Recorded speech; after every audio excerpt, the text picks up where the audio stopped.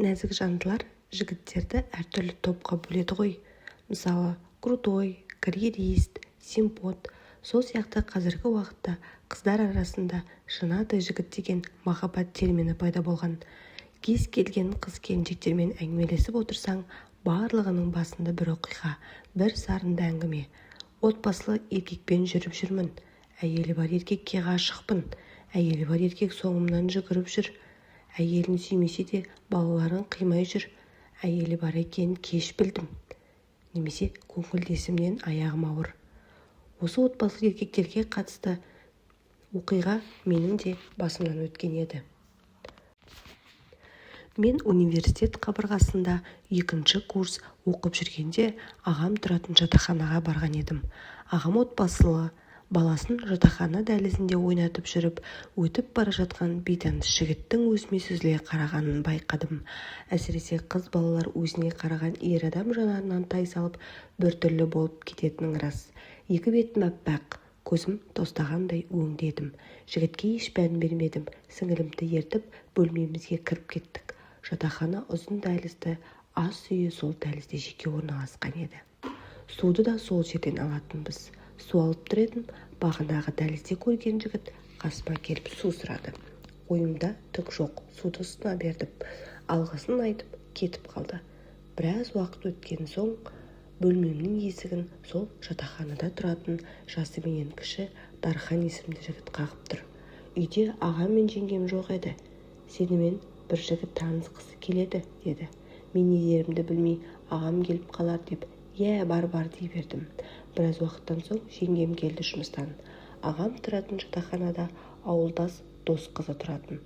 Сол қызға бармақ болып, төменгі қабатқа түсіп бара жатыр едім, менімен танысқысы келетін бейтаныс жігіт кездесті. Сонымен бейтаныс жігіттің есімі Данияр екен. Таныстық. Ол кезде ұялы телефон деген атымен жоқ. Жігіт мені жексенбіге қонаққа шақырды. Құрбыңмен менің жұмыс орныма қонаққа келіңдер. Сендерді менің туысқан інім Дархан ертіп келеді, деп кете барды. Студентпін. Сабаққа барып күндерім өтіп жатты.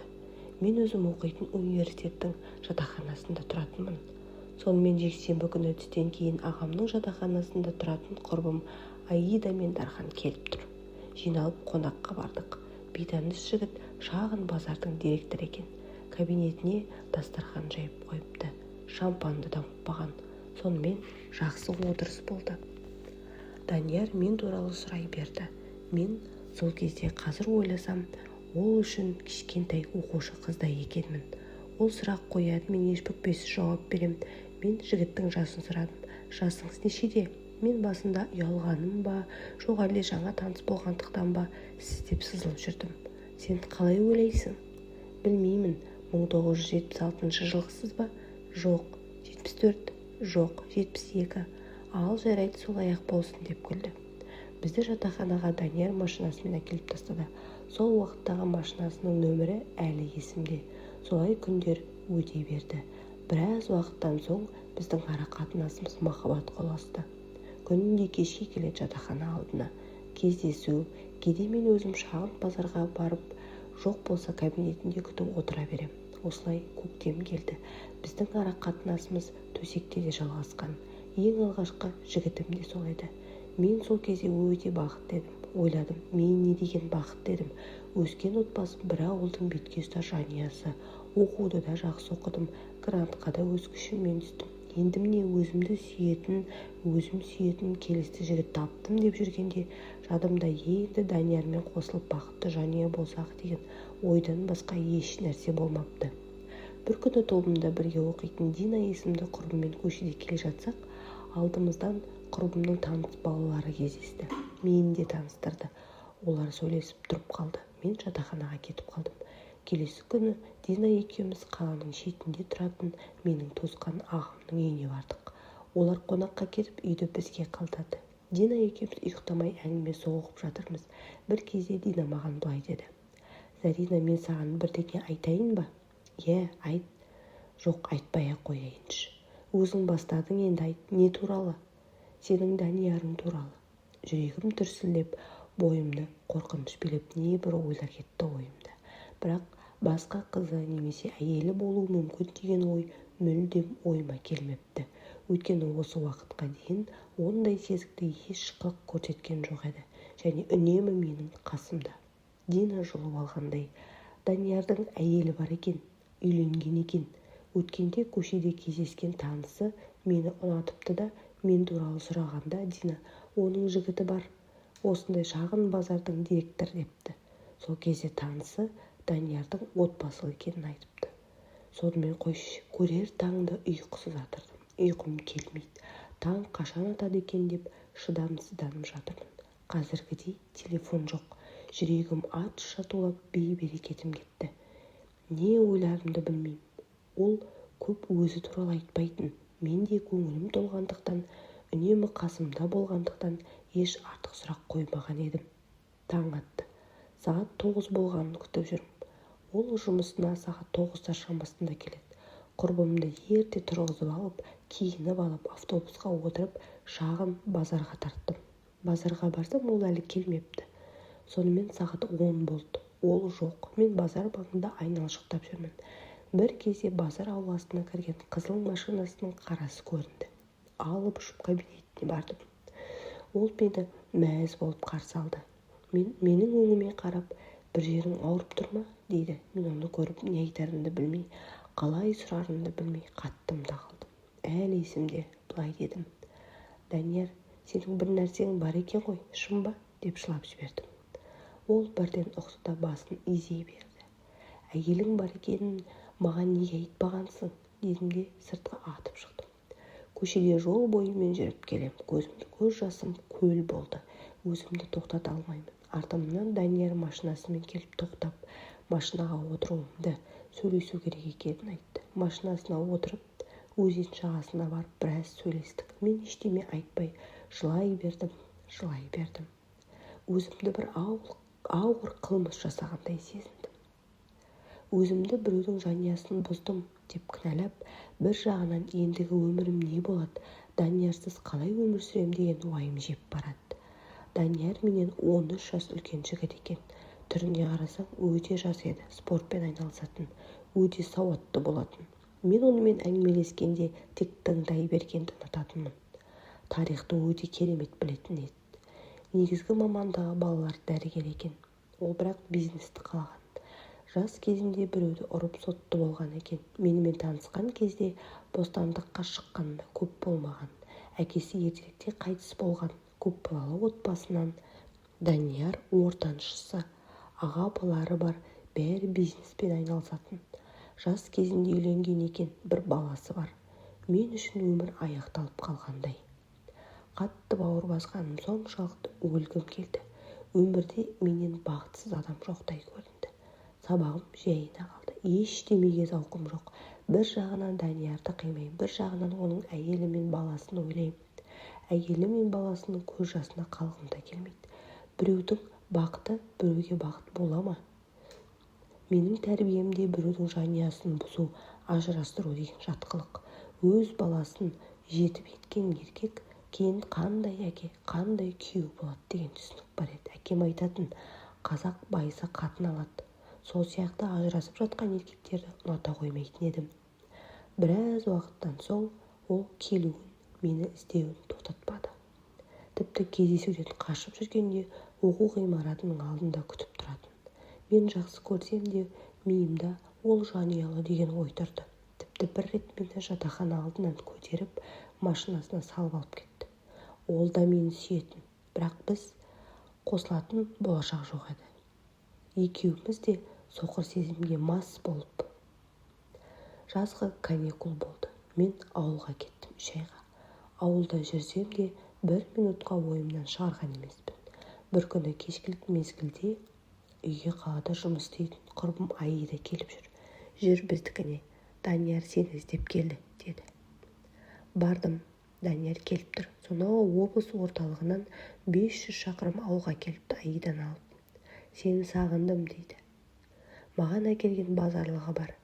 Тез сөйлестім де, базарлығын Аиданың бауырларына ұстаттым да кетіп қалдым. Бар жоғы 10 минут қана тілдестік. Анамыз дейді, деп кетіп қалдым. Үйге келсем, Расымен де анам алаңдап мені іздеп жатыр екен. Жаңа оқу жылы басталды. Тағы да кездесіп жүрдік.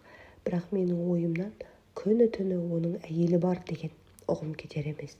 Ұйықтасам да есімнен кетпеді. Оны көрсем бәрін ұмытып үйіне кетсе тағы да әйелі бар, әйелінің қасында деген ойлар мазалайды. Не ұмытайын десем, еш жігітке қарағым келмейді. Даниярдың бар туысы білді. Ол да жасырмайтын, маған айтатын: сен қорқақсың, өзің қалай өмір сүргің келеді, сүре алмайсың деп. Бірақ бір сыйлайтыным, ешқашан әйелін жамандаған емес. Баламның анасы сыйлау керек дейтін. Менің де ол әйелге деген еш өшпенділік сезім жоқ еді. Тіпті жек көргем де жоқ. Ол әйел үшін менің де жүрегім ауыратын. Мен өмірі ішімдік ішпейтін едім. Кейде қыздармен сыра ішетін болдым. Іштей қайғымды басқан тұрым.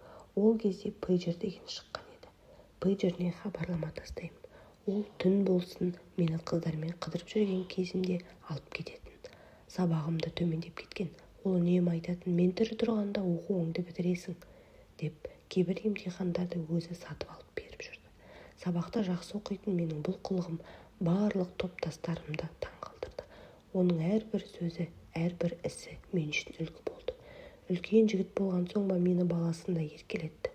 Оның қасында жүргенде өзімді еркін сезіндім. Еш нәрседен қорықпадым. Қойшы, сонымен 4-ші курсты аяқтадым. Қолымда диплом. Диплом алғанымда өзі ресторанында атап өтті. Ол маған бір күні екінші әйелі болуымды өтінді. Үйімді, машина, жақсы жұмыс, бизнес бәрі болатынын айтты. Тек мендік бол деді. Ондай ойға қалай келсем, ата-анамды тірідей өлтіріп, ата-анам қызметкер адамдар. Көре алмайтын жауларына өзім аяққа салып бермекпін бе? Мен үшін ата-ана абыройы бірінші орында. Егер де ешкімім жоқ болса, махаббат үшін бәрін жасар едім.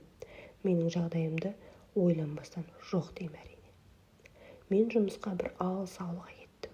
Ондағы ойым Даниярдан алыстап кету. 3 жыл ауылда жұмыс істедім. Жұмысқа беріліп ұмытқандай болдым, бірақ маған Даниярдан хат келіп тұрды. Кәдімгідей поштамен жазылатын хат. Қаншама хатты жинап жүрдім. Кейіннен бір күнде түгелін өртеп жібердім. 3 жылдан соң қала орталығына қайтып келдім. Жақсы жұмысқа тұрдым. Күні-түні жұмыс, бұрынғыдай емес. Даниярдың да уақыты аз, бизнесінің қызған кезі.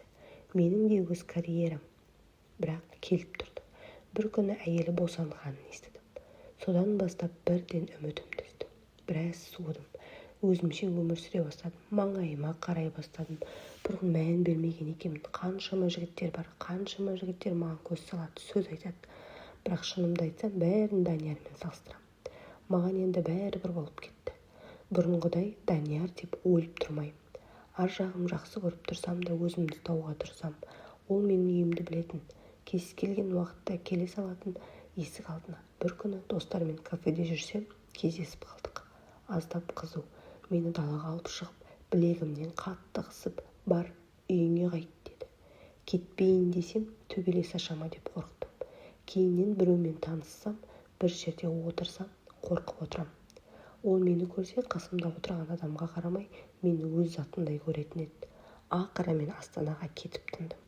Оған деген махаббатым әлі өшкен емес, бірақ адам болғасын өз өміріңді сүру керек қой. Сағыммен қашанғы жүресің, көзсіз махаббаттан да жалығады екенсің. Астанада жүргеніме 1 жыл болғанда маған түнде телефон шалып тұр. Нөмірімді қайдан тауып алғанын білмеймін. 2 жыл болғанда тағы да звондап тұр. Мен Астанаға келдім деп барғым келсе де кездесуге өзімнен қорықтым. Астанада емеспін, іс-сапармен басқа қаладамын дедім. 3 жылдан кейін тағы да хабарласты. Астанадан үй алуға келіпті. Бардым кездесуге. Бөтен адамдардаймыз. Сен баста деп іштей бір-біріміздің жүректеріміз тілдескендей. Құшағына асылғым кеп тұрса да өзімді ұстаймын. Бір-бірімізден алыстасақ та іштей қимаймыз. Екеуміз де жасанды маска киіп отырмыз. Жүрек шіркін қимайды ғой. Амал не? Жай үлкен адамдарша сөйлесіп, бұрынғыдай емес, мен де есейдім. Бәрін ақылға жеңдіруге тырысам. Бірақ ол кеткен соң біраз уақытқа дейін сезім шырмауынан шыға алмай жүретінім рас. Бір үміт оты пайда болғандай. Біраз көрмеген соң тіршілікке араласып, біраз жүрегің саябырлағандай болады. кейін бизнес аштым. Сол уақыттарда хабарласып кеңес алып тұрам. Ол бұрын айтатын еді, сенен оқыған жеке бір тұлға көргім келеді. Сенің қолыңнан бәрі келеді. Сен менімен жүріп өз қатарластарыңнан ерте есейдің деп. Кейде ол маған қызып алғанда, қатты қиналғанда хабарлама жазады. Мені сенен басқа ешкім түсінбейді. Сен менің жүрегімнің түбіндесің. Ал мен қиналсам, әлі тұрмысқа шықпай жүрген есіме түсіп, ішкі жан дүнием тулағанда оған хабарлама жазам. Менің жастығым сенімен кетті. Бәріне сен кінәлісің. Қайдан ғана кездестің. Сен менің қолым жетпей кеткен арманымсың. Шындығында оның ештемесі кеткен жоқ. Бизнесі орнында, отбасы орнында, өмірі уақытымен өтіп жатыр. Жас қызды өзіне ғашық етті. Соңында Пушкин ертегісіндегі кемпірдей тесік тегенені құшақтап қалған мен ғана.